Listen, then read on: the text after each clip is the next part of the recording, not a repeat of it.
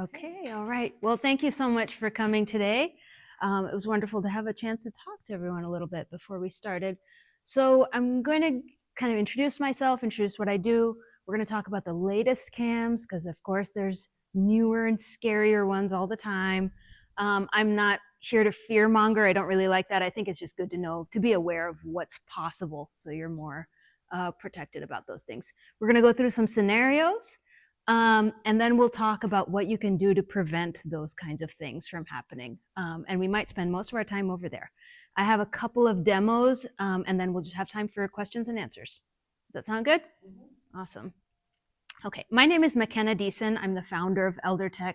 Like I was telling you, this is a company I started earlier this year because I saw the need for tech support for seniors, whether that's really simple things like managing your photos or managing your passwords, which is not really a simple thing, or troubleshooting Wi-Fi, figuring out how to connect your printer, just about anything with technology, I help people do it. I'm based in East Moline, and my business is only in-person tech support. So I don't do any remote access kind of things where I do things online. I think the value is in being there in person and building those relationships. So that said, I want to kind of talk about the kind of philosophy behind ElderTech. So I'm always thinking about this. I'm 40 years old, and I think we all know there's like a curve to technology, right? It's just going faster and faster and faster. Like 100 years ago, like light bulbs were a new thing, and now you can just like think things. There's new technologies where people can think, and something like processes their thoughts into words. It's insane. So there's technology is just going really, really fast. And I think all of us follow a curve kind of like this. So you're born, and wherever the tech curve is of society at that time, that's kind of where you start off. You're like, oh, cool, color TVs, this is fun. And you live your life, and you're in your career, in the middle of your career, and you're on top of it, right? The technology that you have to work with every day, you are really good at it. You know what to do. You feel really comfortable. And then there's this point where the tech keeps going up, and you're like, okay, that was good. This is a little bit too much. I'm not having fun with it. I don't enjoy it. I don't feel like learning a thing. I don't feel like I should have to learn it right now. I've already learned a lot of things. I'm good. But you don't get to just stop. So as we plateau, there's this gap then. And the way I see it, our society needs to fill that gap. So my little scribbled triangle there is what I think society should be doing, filling the gap between the people who are not going to keep up with the tech curve anymore and the curve that's keeping on going. And this is filled by family. You guys have mentioned some of your children helping out, friends like the neighbors that your daughter is helping, and service providers, right? And this is part of what our society should do for every vulnerable population. It's not just seniors, it's people, different populations that just don't have access to the same kinds of things and might not have the same understanding of those things. We need to be able to support all those people, right? So this is the philosophy behind ElderTech. So that's kind of the philosophy behind everything here. I don't think everybody has to learn how to use the latest thing. Technology should serve the people. So let's talk about scams today, the scam landscape. What are we looking at? What are we dealing with? Like I said, this is not to fearmonger, more just for you to be aware of what's possible. So as of the past 6 months, I would say, AI is good enough to produce videos that are really hard to distinguish. I can't distinguish them. My daughter can. She's 13. She can watch them and be like, Mom, that's obviously AI. And I can't tell. So this is just one more thing to be aware of. You can get a video call from someone, like a loved one or somebody you know, and it's not them. AI would use, the videos would be generated by putting in a picture. They could grab a picture from online, put it into an AI generator and make a video. All kinds of things are possible. So video calls are no longer super trustworthy. However, these first two that I'm going to list are really scary. They're probably not very likely to happen to you. Okay, so I do want to caveat that these things are possible. It's good to know they're possible. It's probably not going to happen to you. How often do you have a video call with someone that's like telling you to send them a lot of money or something, right? The second thing is AI-powered voice cloning. So this one is another thing to be careful of, right? You can get a phone call from someone saying, "Oh, grandma, it's me. I really need some money wired to me. I'm in this place. I can't call mom because blah, blah, blah, blah, blah," right? It takes only 3 seconds of a voice clip, apparently, this is what I read online, to turn it into, to use an AI model to generate more words. So somebody else can be sitting there typing things in, and it generates those words in that person's voice. So good to be careful. Now, these are a little more common. These are like sort of an order of how prevalent or common they are. Romance scams. If you're on Facebook and somebody, this is really targeting single people who are lonely, alone, isolated, because before, a hacker would need to spend months developing a relationship with somebody that they're going to try to scam later. Now you can have AI chatbots that are carrying on conversations over the course of months with hundreds of thousands of people at the same time. So the hacker doesn't have to sit there and build that trust. He just sets the chatbots, right? "Oh, hi." And the chatbot can peruse your social media history on Facebook and see what you like and be like, "Oh, you like that? I love those ladies' recipes." Just have a conversation with you, right? So those friendships, and it doesn't have to be romance, it could just be a friendship. Somebody you build a relationship with, you have a lot in common, just an amazing lot in common. Oh, but they're far away, you don't really get to meet in person, but it's okay because you have these great conversations.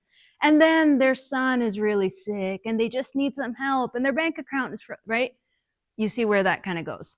So in-person meetings are really important, more than ever before, knowing who you're talking to online. Okay, phishing is a technical term. I didn't really understand what it meant until I had to do, cybersecurity trainings.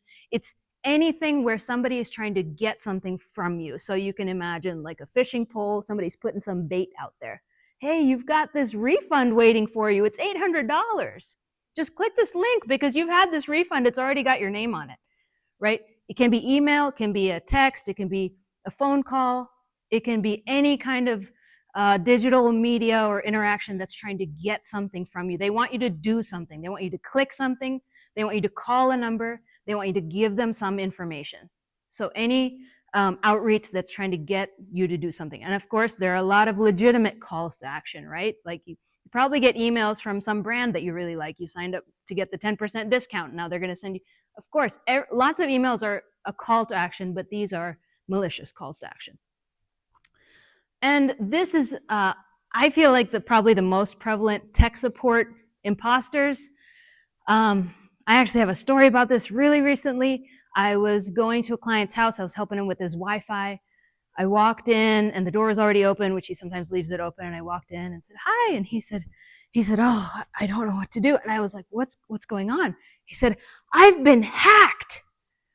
And the day before, I had turned off his VPN because I was troubleshooting his Wi-Fi, and VPNs get in the way a lot. And my immediate thought was like, oh my God, like I turned off his VPN. His VPN is a security barrier. Turned it off one day and he gets hacked immediately. Like, are you kidding? What happened? And I was like, feeling like, am I responsible? Like, did I do something terrible? Walked in and said, "Can you show me what you're doing?" And he's on the phone with somebody. He's on the phone with tech support. And he had it on speakerphone, so I'm listening here. And he's on his Chromebook. And the guy's telling him, like, "Sir, you're on a recorded line, so I'm not, please don't give me your credit card number or anything like that, but can you verify that the first four numbers are this, this, this, this?" And I said, "Hi, excuse me, I'm here on behalf of Mr. Jones. Can you tell me who this is?" He said, "Oh, this is Microsoft Tech Support. I'm calling from," and whatever address it is in Washington, or I don't know where Microsoft is based. They have headquarters. And I was like, "Oh, okay, thank you. We'll call you back on an official number. We'll find that number online. Do you have an extension that I can call you back at?" And he said, oh, that's not necessary. This is a good line. That was like, that's interesting. Well, it turns out, and I was still kind of confused. I was like, how did they call it? Did they call you? And he said, no, I called them. And I was like, what? You called them? Okay, then that should be fine. Turns out he was on his Chromebook. He got a window that popped up that said, you've been hacked. Windows Defender. Call Microsoft Tech Support at, and then the number. And he called the number. He called the number and it said Windows Defender. It looked incredibly legitimate. And so I was like, okay, thank you. We'll call you back. I still wasn't totally sure what was going on, but I was kind of sure. I put it up and then I asked him, like, what made you call him? And he showed me the screen. And I was like, okay, this is a Chromebook. It's running Chrome OS. It's not even running Windows. So it can't possibly have Windows Defender on it. How would anybody know that without understanding the insides of how a Chromebook works? That's not even reasonable. So these things can happen to anyone. They are hard to spot. But the best thing I could tell him was Microsoft is never going to give you a number to call them. They don't care about you that much. They're not going to do that. And he was very relieved, but that was a perfect example of tech support imposters. So the important thing to know here is that the underlying tactics that these hackers use have not changed. They are the same things that they've been since like the 80s or the 90s or the early 2000s. Authority, right? Oh, I'm calling from the bank. I need to do this to verify your account. Oh, this is the IRS. You're going to owe a lot of money if you don't call us back immediately. Please immediately call us back. I'm from the government. I'm from whatever, right? Using people's sense of obedience and authority to appeal to that. Or urgency. Do this immediately. Act now or your account will be closed. This is really urgent. We need to know right away we need to have your information to verify your account right away or you're going to lose all your data, right? Oh, your cloud storage. You haven't paid for your iCloud. If you don't call in the next whatever, you're going to lose all your photos, right? Urgency. Fear. Threats of lawsuits, arrests, lost money. This is going to be gone unless you do something right now. Do it, and that kind of rushing through things, and emotional appeals. So the vast majority of scams are going to go through these. The ones that are actually that you have some part in, right? Where they're getting something from you. And we'll talk soon about the kind of scam you mentioned where you literally did nothing and gave nobody information and there was some data breach somewhere that ended up affecting you.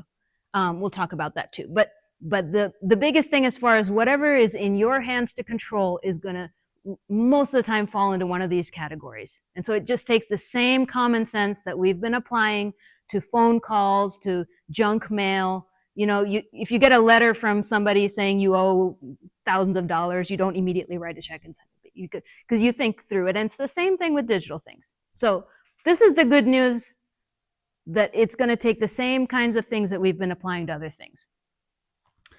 Okay, so we've got some scenarios here. These are probably going to be ridiculously easy for you guys, but we'll just go through and I'd like to call out the red flags in these, okay?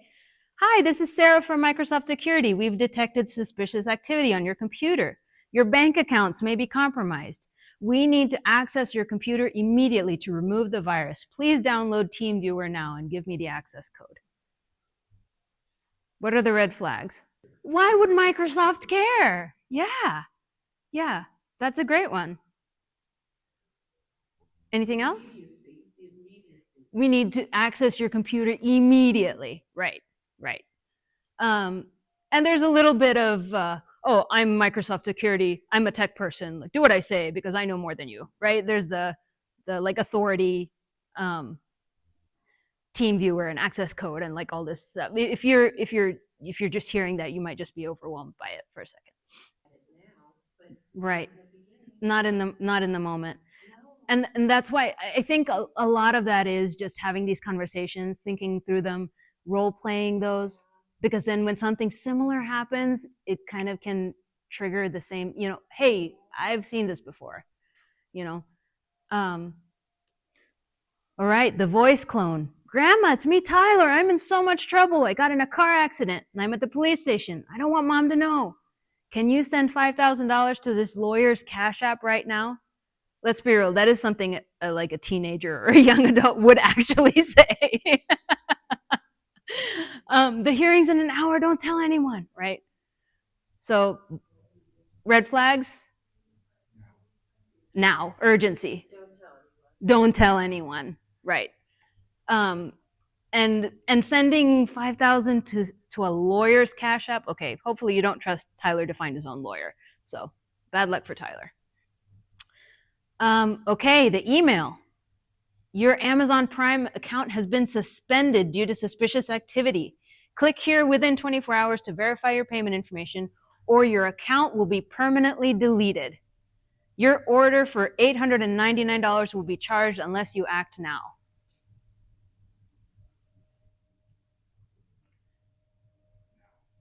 Act now. What else? Well, you didn't place that order. I mean, that's what I look at. There you go. Yeah, like, what order? What did I buy? I didn't buy anything that big, right? But you still question it. You do, yeah. Not the way Amazon is spelled. There you go. That's a really important one. That's a really important one. There's like almost always some kind of funny typo in the email. Besides which, why would they want to close your account if you just ordered something and they're going to charge you? Right? If you take a minute, it doesn't make sense. But in that moment when you see it, it's scary. I do have a neat hack for emails, and I will share that with you when we get into the demos. Yes, and that's a different kind of hack, right? Right. It's possible. I guess there's a remote chance. It seems more likely to me that there was a data breach where your email and password were just like on the dark web, available and sold to somebody through some list, because those kinds of things are always happening. That's more likely if your email password was the same as some other password. Like if you ever reused password, it's more likely that, a data breach was what did it. If it was actually you did something and let that hacker in, it could have been an email where you clicked a link to see, like, wait, what is this talking about? If you followed the link in this email, that can download malware onto your computer. Malware that can track your mouse clicks, track your keyboard, right? So you're giving away information. So what would you do if you actually couldn't remember, or it seemed vaguely familiar? Suppose you did make a big purchase. What could you do to verify this? Go to Amazon in a web browser, not through the email. Go directly to Amazon. And that's the same for all the portals and all the accounts. If somebody's saying you have an incredibly important message and something's going to happen to your account, like the bank or something, you can go to the bank's website on your own, log in, and you will see all the same messages there. There's not going to be an important message that only came to your email and isn't in your account. So health portals, banks, Amazon, shopping things, you go directly to the website through the URL, not through a link in the email. All right, I've really enjoyed getting to know you over these past few months. You're so special to me. I'm a contractor working overseas right now, and there's been an emergency. My daughter needs surgery, but my bank account is frozen. Could you wire me $3,000? I'll pay you back as soon as I return home next month.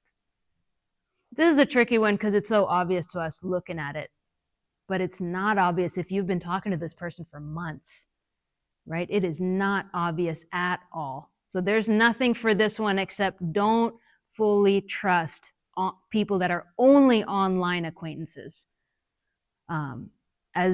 As close or interesting or as many common interests as you have, it's just not worth the risk, especially if there's any request like this. That's an immediate red flag, unfortunately. And this last one is kind of it's similar to what I was mentioning with the client that I had, right? The Windows Defender, the Windows logo in the corner, all of that looks really legit. It's really hard to like spot.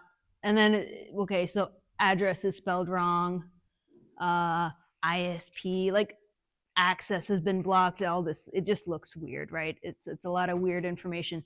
But Windows does not care enough. They do not want hundreds of thousands of phone calls coming in because of some bug or something. That's not what Windows Defender would do if you had been hacked.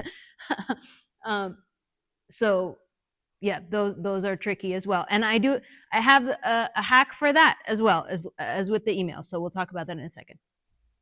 Okay, so these are kind of the universal red flags: urgency or pressure, requests for remote access, unsolicited contact. Companies don't call you out of the blue, right? Requests for gift cards or wire transfers, secrecy, things that are too good to be true, right? You probably didn't win the lottery. You probably don't have like a $2,000 refund just waiting for you. And emotional manipulation. Okay, so let's talk about prevention. The first layer of prevention is being aware of these things, talking about these things. It's embarrassing and it feels vulnerable to get scammed or hacked, but we have to talk about it more so that other people can be aware of those kinds of things are possible. If you have children who help you with these things, establish like a family code word or a phrase or something like that, something that only you guys would know, maybe an inside joke that they can know that if they ever actually need to come to you and ask you for money or tell you it's an emergency or something has happened and it's very serious and you need to actually take action very urgently, they can say that code phrase, right? This is a blank situation. Whatever the code phrase is, you guys know that.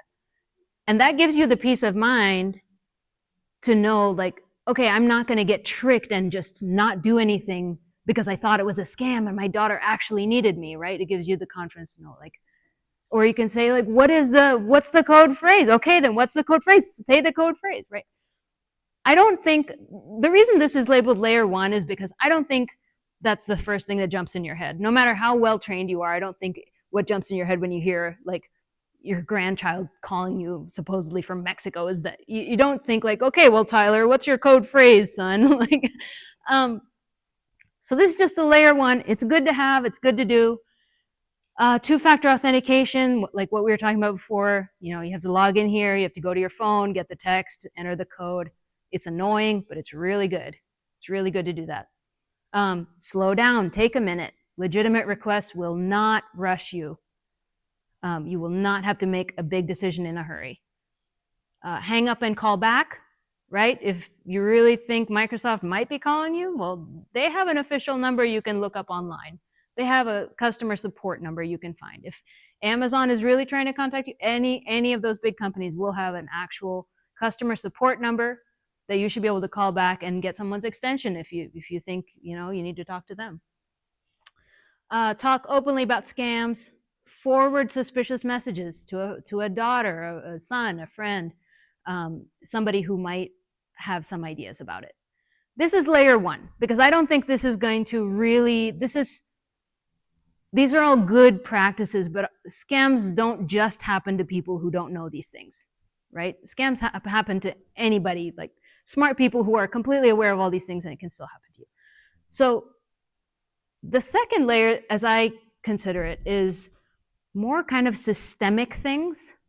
For example, make sure your bank account is set up so that you get alerts for any transactions with large amounts of money, right? $500 above or whatever. You can usually set that up with the bank and set the amount that you want an alert for.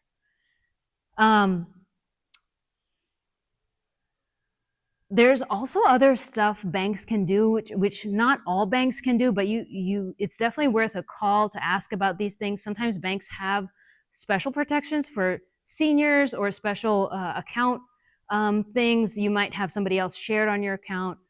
Other financial things like using credit cards more than debit cards. Credit cards have much better fraud protection. You're much better off using that for online purchases. Don't use a debit card online. to buy things. Number 2 is use a password manager, and this is one of my favorite things. I'm going to show you guys today how they work, and the benefits that they have. And the third is another kind of financial thing: freeze your credit. Also, because with all the changes happening in the government right now, the Consumer Financial Protection Bureau has been really, really slashed. There's a guy at my office who used to work for the CFPB, and he doesn't. They closed the office basically, and so his advice was freeze your credit. If you're not planning on making a big purchase or taking out more credit, call the credit bureaus and put a freeze on it so that nobody else can request credit on your account. So these are more systemic things. And the fourth thing, which I really like, I'm also going to show you today, is learn to use AI against these things. Okay, regular people can use AI to prevent and resist these attacks. I'm going to show you that too. Are there any questions so far? Okay. So let's do a demo. I have Firefox up here, and I went ahead and signed up with a test, just a fake test account for an account with Proton Pass. Proton is a company I really like. It's a Swiss company.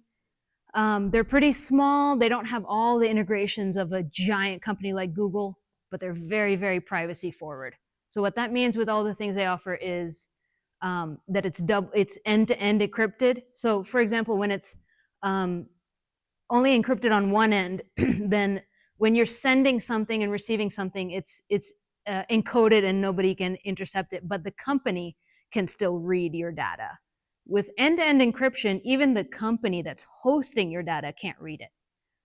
So it's very secure. I don't get paid by Proton to say this stuff. I just like them. I use them for my own personal stuff. I don't use all their stuff. I find it kind of annoying, like some of their services like Proton Mail. It wasn't as nice and clean and easy to use as Gmail. But I do use Proton Pass, and I really, really recommend this. So just as a demo today, I signed up for Proton Pass with a test account. I went ahead and I installed it in my extensions. So I turned this on, and that's why there's this little diamond up here in the corner. Do you guys see that? So that's the Proton Pass extension, and I'm going to show you a few things that it can do. Okay, so first of all, I want to say that if you ever have the option of a biometric login, that's a wonderful thing. You don't have to remember a password. They're not going to fake your fingerprint. I love biometric logins. Sometimes people aren't comfortable with them. That's okay. But if you are comfortable with it, using a fingerprint scanner on your phone is a great way to log into things. And so I just wanted to bring this up to show you. This is an example of a bank that has a biometric option. That's a wonderful option. Any login that gives you that option, I think it's great. The second thing I wanted to show you was what happens when you have Proton Pass. So a password manager is basically like a software vault that holds all your passwords. But more than just storing your passwords, it can also generate them for you. So I'm going to kind of pretend to set up, actually I did set up a Gmail account here. I'm going to log out. And let me try to sign back in. Okay, this is what a password manager does. It's offering to fill it in for me. And this is a wonderful thing. You've probably seen this in browsers. Most people use them very inconsistently, and they don't keep them updated. So you can't always trust the thing that it's offering you, right? If you use Chrome or Firefox, it's always like, oh, do you want me to remember this password? And sometimes people do it, sometimes people don't. That is a kind of password manager, but that kind of password manager doesn't suggest passwords for you. You still have to come up with them yourself, right? So this is doing the same thing that Chrome and Firefox do, and it fills it in, and this is an incredibly secure password. It's so secure that even I don't know it. That's a wonderful thing. If somebody tried to hack me and get my password, I can't give it to them. I don't know it. Now, I can know it if I want to. I can open up my password manager and I can click on it and look at it. Do any of your passwords look like that? That is a secure password. Okay, so that's the one incredibly convenient thing about this. It's super secure because you saw how long it is and how complicated it is, and it's complete gibberish. And it's really easy to use because I can use it on my computer, and I also have the same app on my phone. So on my phone, it asks me, whenever I have to enter a password, it pops up, it says, oh, you have a password stored, do you want to use it? I say yes. And then it says, okay, well, where's your fingerprint? I use my fingerprint to log in, and then it says, oh, okay, it's you. Okay, here, it's filled in. That is, it's incredibly convenient, and it's a software that not many people are using, okay? Here's, so let me show you an example of how it would work if you're opening a new account, okay? I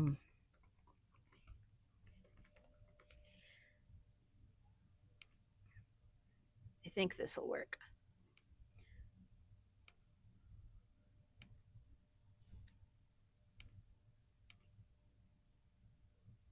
Okay, this is great. I wanted to show you guys this too. Passkeys. Have you heard of passkeys? Okay, everything's starting to offer like a passkey option. They are actually really secure. But you have to do it on a device that's your device because it's stored locally on your device. So I'm going to go ahead and say yes. This is my password manager. It's Proton. It can save passkeys for me. So it's asking if I want to create one. I'm going to say yes, and I'm going to save the passkey. Okay, so now I can use my fingerprint, and my laptop has a fingerprint reader. So I can use my fingerprint. I should add a recovery phone, but I'm not going to right now. Okay. So let's see. I'm going to create an account for Amazon here. And here's the other thing that my password manager does. This is Proton Pass. Again, every time you see the little purple diamond shape here, it's doing something incredibly helpful for me. Here, it's offering to fill in this password, and it's come up with an incredibly secure password. And I clicked on it, and then it says, you want to save it? Yeah, I do want to save it. So this is how you create a password that's so long you couldn't possibly remember it. It's incredibly secure. You don't have to write it down. It's saved in here, and it remembers all of them for you. So what makes Proton Pass better than a notebook that you have, that only you have? Can't Proton Pass be hacked, right? That's like the logical question, right? If you save all your passwords in one spot, can't that thing just be hacked and breached? The answer is yes, it could in theory, but the chances of that happening are much, much, much, much, much smaller, statistically smaller than the chance that your password that you came up with yourself will be hacked. Okay, it's very easy for someone to go on social media, find the names of all your family, your pets, right? How many people have passwords with the names of their kids or their dogs or their cats, ages, birth years? You can imagine how easy it is to compile a list of the top 20 things that people always use in their passwords and then try different combinations of them until you get in, right? And with computers, it's incredibly easy to do that in seconds. So yes, theoretically, a software like Proton Pass or another password manager, there's a bunch of password managers, and you can definitely look into them. Any one of those could, in theory, be hacked, but the chances of that are just very, very small. These companies are spending millions of dollars on building these softwares that are encrypted in both ways. Even Proton doesn't know what password I just saved here because it's double encrypted. So password managers make security really convenient, and convenience is like the biggest thing stopping most people from setting really secure passwords. There is some setup here, right? You noticed I did a lot of quick clicking here and, oh yeah, this pops up and then you click here and you set this up and you set this up. There's an initial setup. There's that, and there's the initial learning how to use it, right? Okay, I want to log in here, but I don't know where the password manager is. How do I get to Proton Pass? How do I bring it back? There's a learning curve there, but I think it's a trade-off. With ElderTech, what I tell people is if you're comfortable learning that, then that's awesome. Otherwise, you can have a vault in Proton Pass and have it shared with someone like your son or daughter and call them. Make a phone call. And I do that for people. I manage people's passwords too. So somebody wants to know their Netflix password, they can call me and I will read it out over the phone. I'm not texting it. I'm not emailing it. It's their vault and it's shared with me so they can retract that permission at any time. It belongs to them. This is a free thing. They have paid tiers, and with the paid tiers, you can share your vaults. So these are vaults. If my husband and I use Proton Pass, we each have our own vaults, but we also have a shared vault that has all the logins we need for the utility company, the city, all the things that we both use. Pretty easy to share it with somebody else here so they can access the things that are in that vault. So there is a learning curve, but if you're, if you think you're interested in learning that, or you have children that could help you, it's definitely something I would recommend. Any questions about what I showed you with the password manager? Okay. You say it only works on the computer that you did it on? So passkeys only work on the computer that you did it on. The Proton Pass will work on any device if I log into it. So I use my biometric on my phone and my laptop because I love biometrics. But if you don't use biometrics, you would just memorize one master password. Make it a good one. Make it a sentence. Make it the first line of your favorite song and take the first initial of every word, right? So it's basically gibberish, but you'll never forget it. Find a long phrase like that and take, the first letter or the first two letters and make your master password really good. And then you can log into Proton Pass on any device that has that. So if you get a new computer, you download Proton Pass, you have it on there. And it works really nicely in the browser. This is in Firefox, but it also works in Chrome. I don't know if I have it set up with Chrome, but it integrates nicely with the browsers. It's a really nice app on the phone. I found it easy to use. I haven't tested it with iPhones. I have an Android. But also, if you want to do your own research too, that's a great thing to just look up. There's lots of pros and cons. There are some that are, used by businesses, much more secure. There are some specifically recommended for seniors because they're like easier to use, very intuitive interface and things like that. So definitely something worth looking up.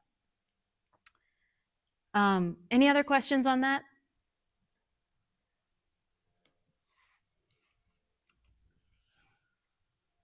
Okay, this is my next favorite thing that I'm really excited to show you guys about.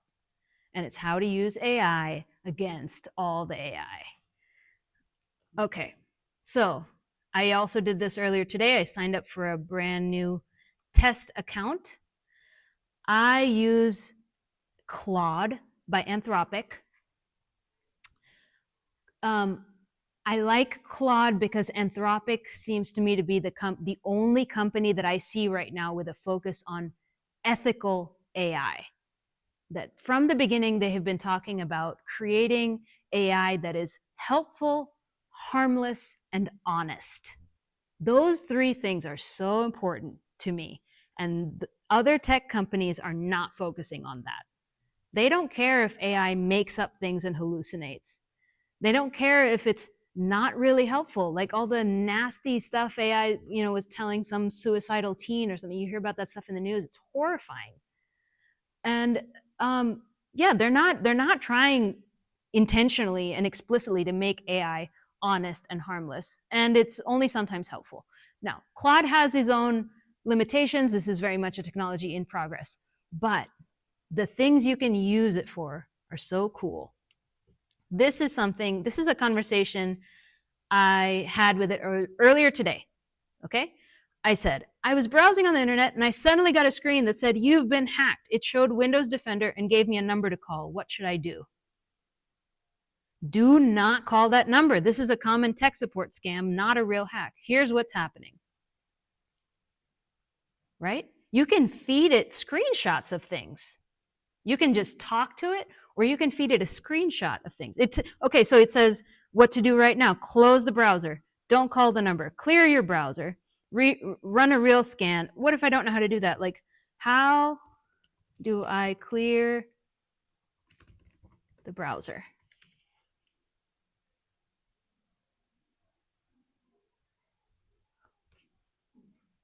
Here's the steps for Google Chrome. Here's Microsoft Edge. Here's Firefox. Here's Safari.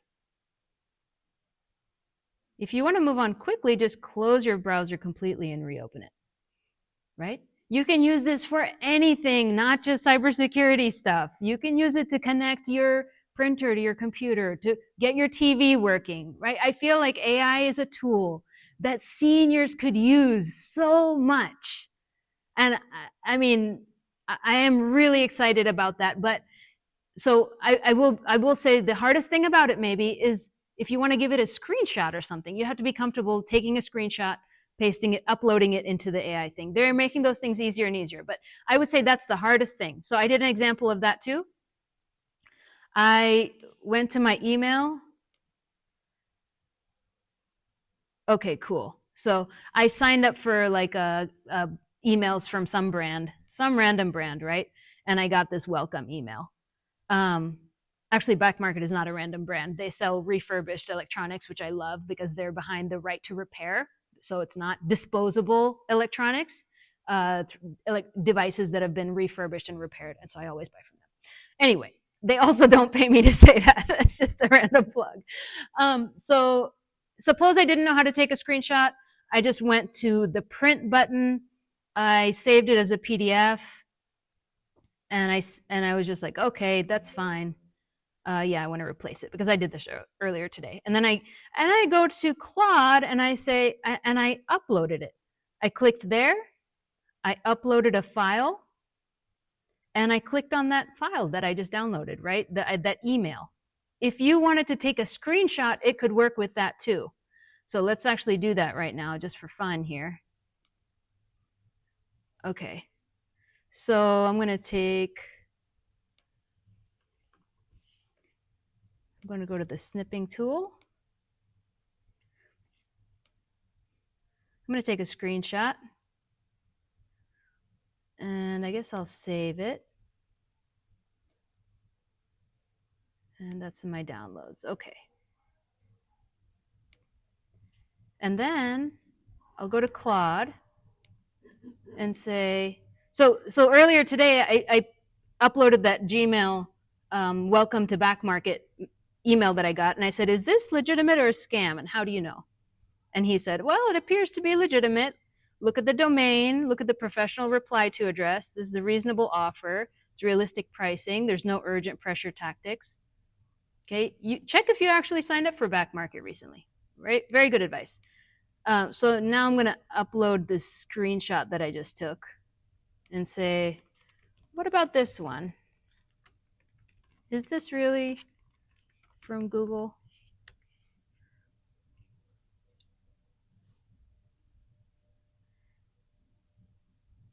See, it's just a screenshot. I didn't post the whole email. I didn't give it all the reply to and all of that. So he's being kind of careful and saying, well, it could be legitimate because he can't see the rest of it, right? Don't click the button or link. Look at the URL carefully. Here are the red flags. Okay. Suppose I don't understand what's a passkey. What did I just sign up for and how does it work? Explain like I'm 5. This is one of my favorite internet things. There's even an acronym for it. Have you seen the ELI 5? When you see ELI 5, it means explain like I'm 5. And that's wonderful. Okay. What's a passkey? Think of it as a special secret handshake between your device and a website. How it works, like you're 5. Imagine you have a special toy box that only opens when you touch it with your finger. Nobody else can open it, even if they know what's inside. A passkey is like that. Your phone or computer recognizes you and then tells the website, yep, this is the right person. Here's why it's better than passwords. Hackers can't steal it. Even if bad guys hack the website, they can't get your passkey because it never leaves your device. So my point here is AI can help you to understand these things. You can say, like, is this a scam? Take a look at this, especially on your phone. Most people know how to take screenshots on their phone. I have Claude on my phone. It's an app. And you can go in there and upload, as long as you can upload a screenshot, you can ask it about emails, websites. Is this okay to click on? Ask it about security things. What's a passkey? Should I sign up for that? What's a secure, I use it to find the, when I'm shopping for a thing or when I'm going to sign up on a thing, what's a good password manager for me to use? I don't want something that's really complicated. What's a really simple one? It has advice on those kinds of things. So a lot of people are not comfortable with AI. Almost everything we hear on the news is bad, but it can also be an incredible tool for good. Don't trust it blindly, but Claude, I have a lot more trust in. It has a lot more safeguards because they've been really working on making sure it doesn't hallucinate things and just tell you random things. So use your common sense, but these are excellent tools that I really recommend.